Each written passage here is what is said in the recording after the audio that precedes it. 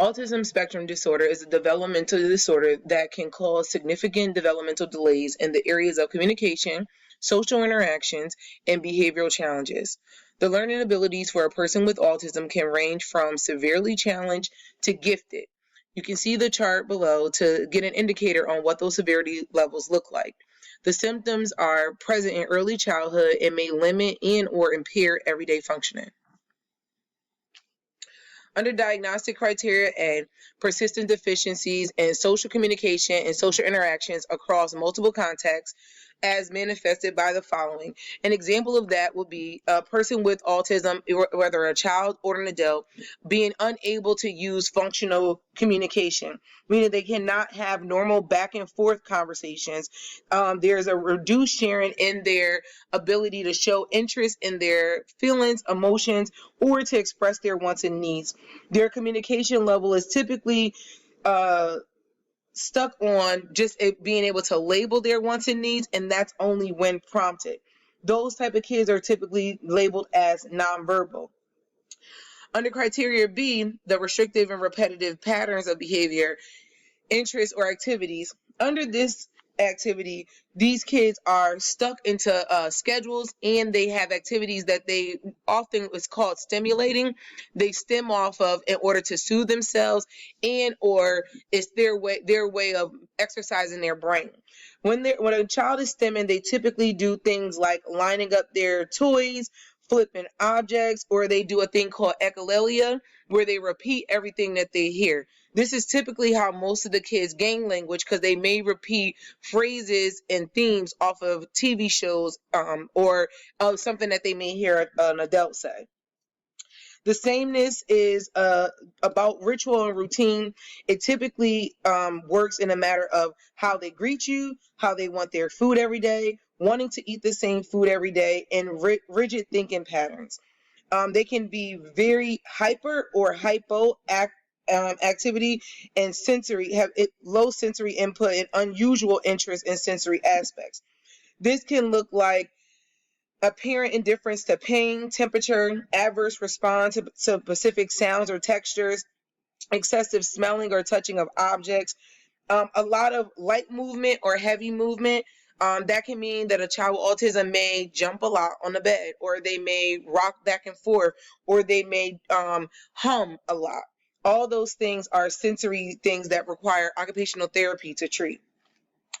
Highly restrictive schedule. That means that their day has to be very structured. They don't like to break patterns in their normal day, so that for as a parent raising a child with autism, it's most likely that they have to go through the same routine every day to ensure that their child is able to get through the day without having any issues, or they require prompting when changes are going to be put in play for their normal routine. Under Section C, symptoms must be present in early development period. There is a time frame for which autism is diagnosed. It typically starts between 12 to 24 months.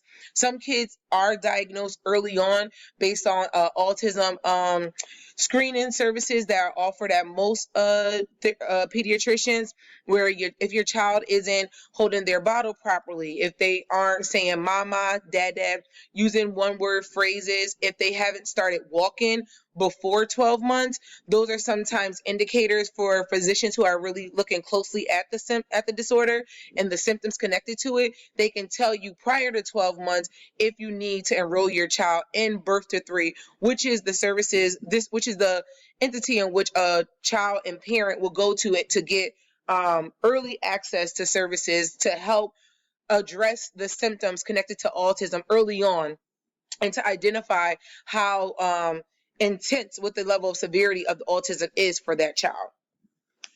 Under Section D, symptoms cause clinically significant impairment in social, occupational, and other important areas of current functioning. Those things can mean things like toileting, not being able to potty train, not being able to dress themselves, not being able to put on clothes. Sometimes they don't actually want to wear certain items due to the texture of them. So there's a level of sensitivity there. There could be a noise sensitivity. And the clinical piece around that is most kids with autism typically need a paraprofessional around toileting or social impairment because they may either be aggressive or they can be sensitive to touch and sound from other people, and they become afraid and they might want to run off, or they may elope. Those are serious issues. Under section E, these disturbances are not better explained by intellectual disabilities or global development delays. Simply put, autism is a disorder within itself. It's not directly connected to IDD or any other intellectual disability. Because of its uniqueness, there are a lot of parameters that need to be seen in a child, one or more under the sections A through B need to be seen in a child in order for a child to be diagnosed with autism. Sometimes kids with autism, they don't always meet all the criteria right away, but as they grow and develop and signs and symptoms begin to emerge with aging, then they may fit back under the parameters of the diagnostic criteria. So according to this chart, the severity levels of autism spectrum disorder, it ranges from levels 1 to 3. Under level 1, that's requiring supports.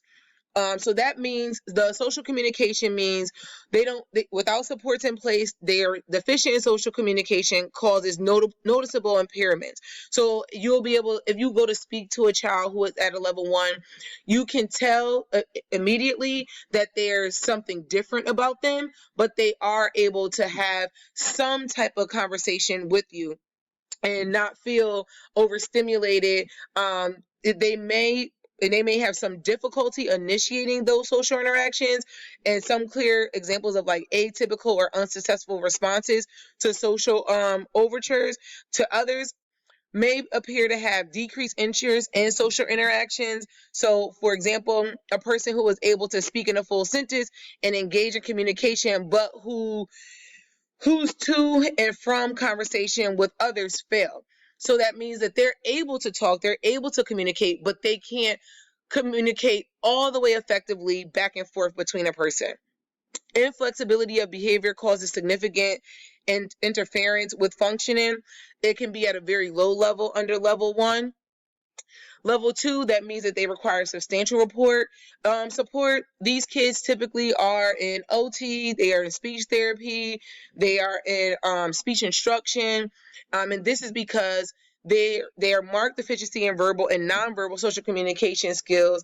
Social impairments are very apparent even with supports in place. So they may use things like a PIC system, they may use a speech device, but even with those things in place, they still have limited speech.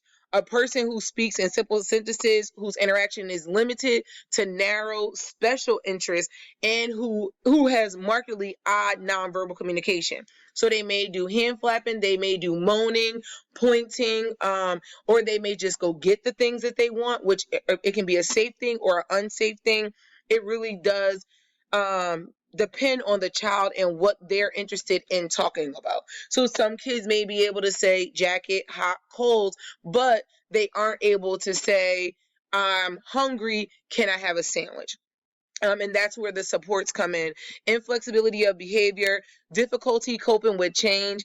And this is a big thing, especially when the child doesn't respond to certain verbal cues. Then they need a lot of support in being able to move around their own internal restrictions in order to be able to function throughout their days, like things like getting on the school bus or being told no, that they can't have that snack that they requested. So sometimes that becomes a huge issue, and then they can have, issues with focusing or changing of the activity. Level 3, requiring very substantial support.